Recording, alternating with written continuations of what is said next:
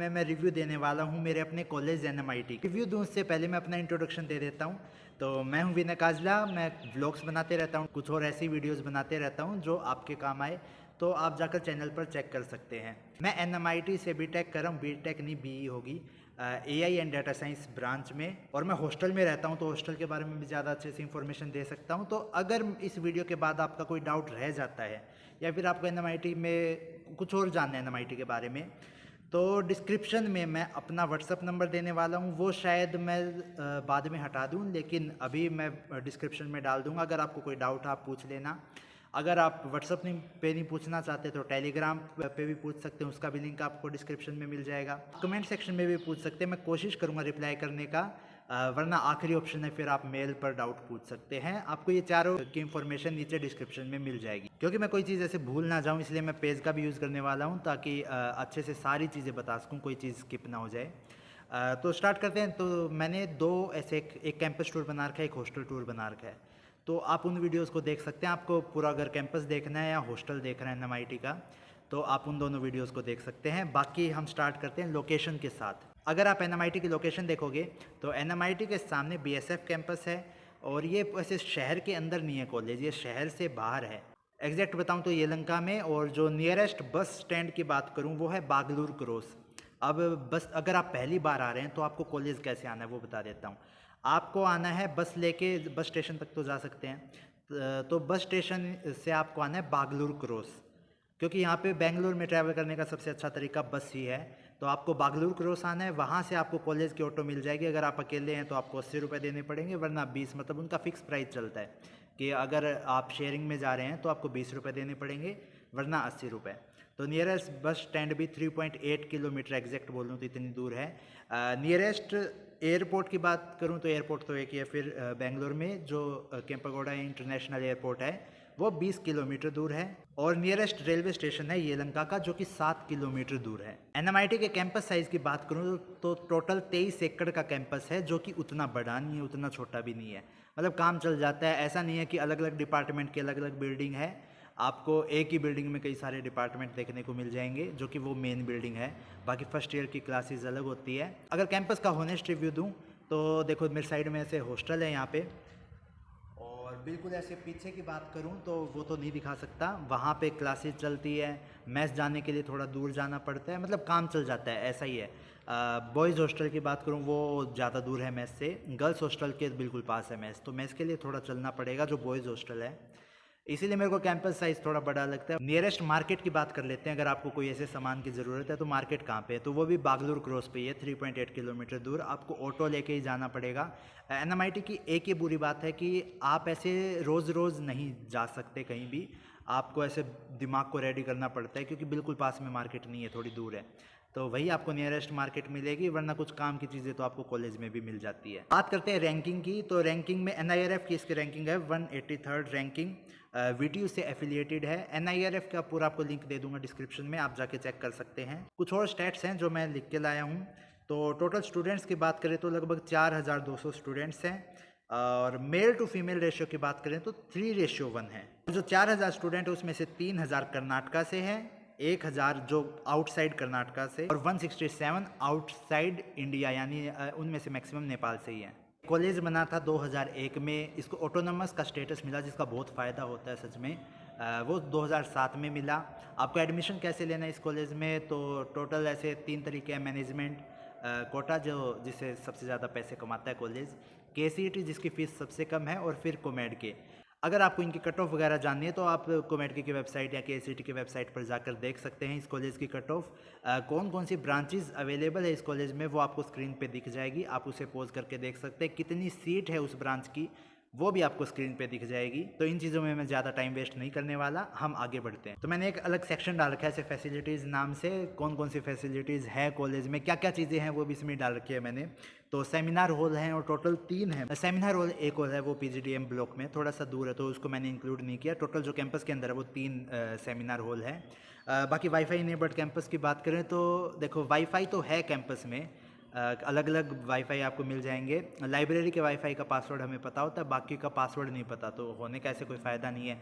Hostel में wifi है, उसके बारे में हम आगे बात करते हैं। मैं जब रिव्यू दे रहा हूँ तब मेरे को रियलाइज़ हो रहा है जो मैं लिख के लाया हूँ वो ऑर्डर में बिल्कुल नहीं है। जैसे जिम का मैं अभी लिख के लाया हूँ, हर हॉस्टल के साथ भी जोड़ सकते हैं, वरना जिम के बारे में बात करते हैं। तो टोटल 3 जिम है, आप मतलब 2 बॉयज़ जिम, 1 गर्ल्स जिम। जो बॉयज़ 2 क्यों हैं? क्योंकि एक स्पोर्ट्स वालों के लिए है, जो स्पोर्ट्स टीम में है उनके लिए अलग जिम है, वो अच्छा जिम है। फोटो आपको स्क्रीन पे दिख रही होगी जो बॉयज़ जिम है उसकी। गर्ल्स जिम में तो मेरे को अलाउड नहीं है, तो कैसे फ़ोटो लेके आऊँ। मेडिकल सेंटर के बारे में बात करते हैं तो ठीक है, ऐसे दवाई दे देते हैं। अगर आपको बुखार है तो कोई ऐसे दवाई दे देंगे। बाकी अगर आपको कोई ऐसे सीरियस इंजरी वगैरह हो जाते हैं तो कॉलेज वाले आपको बाहर लेकर चले जाएंगे, ऐसा है। कोई ऐसे अच्छा सा मेडिकल सेंटर है वैसी कोई बात नहीं है, तो उसका रिव्यू में बस हाँ ठीक है, नॉर्मल है, दवाई दे देते हैं। 2 ओपन एयर थिएटर हैं, जिसमें से सबसे ज़्यादा एक तो BBC के सामने ही है, उसमें सबसे ज़्यादा प्रोग्राम्स होते हैं। बाकी दूसरे में भी कुछ होते हैं लेकिन उतना ज़्यादा एक्टिव नहीं है। तो एक बैंक है एक्सिस बैंक, 2 ATM है जिसका आप यूज़ कर सकते हैं। ट्रांसपोर्ट फैसिलिटीज़ हैं जो कि आप जैसे आप बेंगलोर पूरा कवर हो जाता है, चिकबल्लापुर कवर हो जाता है और डोडा बल्लापुर, मेरे को बोलना नहीं आ रहा तो उसके लिए सॉरी अगर मैं गलत ले रहा हूँ और आपकी जगह का नाम गलत ले रहा हूँ, लेकिन हाँ ये तीन जगह कवर होती है। पार्किंग का इन्होंने लिख रखा है 600 प्लस 2 व्हीलर्स पार्क हो सकती हैं और 150 प्लस 4 व्हीलर्स, तो इतनी पार्किंग कैपेसिटी है NMIT की। लेकिन अगर आप पार्क करना चाहते हैं अपनी गाड़ी तो आपको एक अमाउंट देनी पड़ेगी जो कि 1 साल की आपसे फीस ली जाती है और शायद लगभग 5,000 है। मैं इसके लिए कंफर्म नहीं हूँ, तो वो आप कॉलेज जाकर कंफर्म कर सकते हैं। एक और जो क्वेश्चन मैं यहाँ पे लेना चाहूँगा वो है कि हम कभी भी बाहर जा सकते हैं क्या? तो अगर आप हॉस्टल में रह रहे हैं तो ये मेन क्वेश्चन है। तो कॉलेज टाइम में आप कभी भी बाहर जाओ, कभी भी अंदर आओ, वरना आपको परमिशन लेनी पड़ेगी, जो कि लड़कों के लिए आसान है क्योंकि आराम से ऐप है उससे मिल जाती है। लड़कियों के लिए थोड़ी मुश्किल होती है, तो उतना भी है, वैसा नहीं है कि आप रोज़ बाहर नहीं जा सकते। कॉलेज टाइम में आप कॉलेज में बिजी रहते हैं तो बाहर जाने का कोई सेंस बनता नहीं है। अब बात करते हैं लाइब्रेरी के बारे में। तो काफ़ी बुक्स हैं लाइब्रेरी में, लगभग मतलब कोडिंग रिलेटेड आपको बहुत सारी बुक्स मिल जाएंगी और ऐसे जो आपका एकेडमिक है उससे रिलेटेड भी आपको बहुत सारी बुक्स मिल जाएंगी। लाइब्रेरी के अलावा लाइब्रेरी का वाईफाई का मैंने पहले बता दिया। लाइब्रेरी के अलावा रेफरेंस रूम है जहाँ पर आप बैठकर पढ़ सकते हैं, मतलब एक शांत जगह है जहाँ बैठकर पढ़ सकते हैं। लाइब्रेरी अलग है जिसमें सिर्फ बुक्स हैं। कॉलेज टाइम के बाद लाइब्रेरी बंद हो जाती है और रात को रेफरेंस रूम बंद हो जाता है। क्लब्स के बारे में बात करते हैं क्योंकि क्लब्स बहुत इंपॉर्टेंट पार्ट होता है आपकी कॉलेज लाइफ का, और मैं भी सजेस्ट करूँगा जैसे ही आप कॉलेज आएँ फर्स्ट ईयर में ही किसी क्लब का पार्ट बन जाएँ। तो कुछ जो मेजर क्लब्स हैं, देखो क्लब्स बहुत एक्टिव है NMIT के, और जो सबसे ज़्यादा एक्टिव क्लब्स हैं उनकी बात कर लेते हैं। ECEL हो गया, गूंज हो गया, art club, dance club, X factor, hack club, GDSC, qubit, ये बहुत सारे क्लब हैं। जिगुरु, NSS और NCC भी है, तो अगर आपको ज्वाइन करना हो तो क्लब्स की कोई कमी नहीं है। अब हॉस्टल के बारे में बात करते हैं। तो हॉस्टल का टूर मैंने पहले करवा रखा है, वो बता दिया, तो उस पर अच्छे खासे व्यूज़ भी आ रखे हैं, आपने देख रखा होगा, मतलब अगर NMIT सर्च किया है तो। अगर हॉस्टल का ओवरव्यू दूं तो टोटल 4 बॉयज़ हॉस्टल हैं, 4 गर्ल्स हॉस्टल हैं।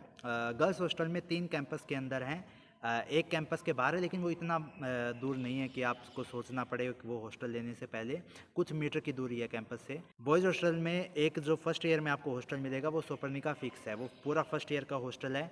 उसके अलावा जो 3 हॉस्टल हैं वो तीनों मिक्स है, मतलब सेकंड, थर्ड, फोर्थ ईयर सब तीनों हॉस्टल में मिक्स है। सोपर्निका जो कि फर्स्ट ईयर हॉस्टल है और एक कावेरी जो कि तीनों अलग हॉस्टल में से है।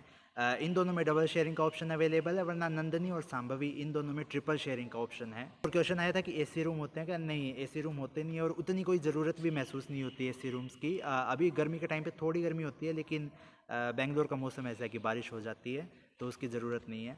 एक और चीज़ जो इन्होंने मेंशन कर रखी है कि LED टीवी है, जो कि नहीं है, ठीक है, वो नाम का है, बस नंदनी में नीचे एक टीवी लगा रखा है। कभी मैंने उसको चलते हुए नहीं देखा, तो वो बस नाम का है, LED टीवी नहीं है जैसे कॉमन LED टीवी की बात की गई है। क्लीनिंग के लिए भी आपको कोई ऐसे टेंशन की ज़रूरत नहीं है, वर्कर्स हैं जो साफ़ रखते हैं और हॉस्टल ऐसे साफ़ रहता है, कोई ऐसे गंदगी भरा हॉस्टल नहीं रहता। वाईफाई स्पीड भी अच्छी है, मैं स्क्रीनशॉट डाल दूंगा। बाकी ऐसे कुछ ना कुछ ऐसे रूम्स होते हैं जिसमें स्पीड स्लो होती है, वरना अगर एवरेज बात करें तो स्पीड अच्छी है। हॉस्टल रूम में क्या क्या मिलेगा वो बता देता हूँ। तो एक कबर्ड मिलेगा, बेड मिलेगा और टेबल चेयर मिलेगी, यही चीज़ें आपको मिलेंगी। एड्रेस आपको हॉस्टल में केयरटेकर प्रोवाइड करवा देंगे, लेकिन वो पैसे लेंगे और वो मेरे को थोड़ा महंगा भी लगा, तो आप बाहर से भी लेकर आ सकते हैं। कॉमन स्टडी रूम भी है जहाँ पर आप जाकर पढ़ सकते हैं। कर्फ्यू टाइमिंग की बात करें तो रात को 10 बजे आपको हॉस्टल वापस आ जाना है, उसके बाद हॉस्टल के गेट बंद हो जाएंगे। मैस की बात कर लेते हैं तो लगभग 2,500 आपके महीने के पैसे लगते हैं मैस में, तो उस हिसाब से अच्छा है, बाकी कॉलेज से कंपेयर करें तो भी अच्छा मैस है। क्या को 2 दिन स्पेशल खाना मिलता है, एक तो बुधवार को रात को और एक संडे को रात को, जिसमें आपको वेज और नॉन वेज दोनों के ऑप्शन मिलते हैं। बाकी आपको और दिन सिर्फ वेज ही मिलता है। अगर कोई स्पेशल ओकेजन है तो भी आपको स्पेशल खाना मिलेगा। दिन में 4 टाइम आपको मिलता है, वह ब्रेकफास्ट, फिर लंच, स्नैक्स और डिनर। पूरा टाइम टेबल आपको स्क्रीन पे दिखाई दे रहा होगा, आप उसको भी पॉज करके देख सकते हैं। आपको कूपन लेना पड़ता है जो आपको मैच में जाते हुए दिखाना पड़ता है, उसकी भी फोटो मैं आपको स्क्रीन पे दिखा दूंगा, उससे आपको मैच के अंदर एंट्री मिलती है। स्पोर्ट्स की बात कर लेते हैं, कौन कौन से स्पोर्ट्स हैं। तो cricket, football, basketball, badminton, table tennis, ये सारे स्पोर्ट्स हैं। इंटर हॉस्टल टूर्नामेंट भी होते हैं, इंटर कॉलेज टूर्नामेंट भी होते हैं। और अगर इस कॉलेज मतलब स्पोर्ट्स का रिव्यू दूँ तो आपको अगर ऐसा कॉलेज चाहिए जिसमें पढ़ाई के साथ स्पोर्ट्स भी अच्छा हो तो आप इस कॉलेज को चूज़ कर सकते हैं। वरना और जो कॉलेज होते हैं बाकी जैसे कई सारे देखे हैं, क्राइस्ट हो गया जैसे, इसमें स्पोर्ट्स को ज़्यादा प्रायोरिटी मिलती है पढ़ाई के मुकाबले। तो अगर आपको वैसा चाहिए तो आप उन कॉलेज में जा सकते हैं।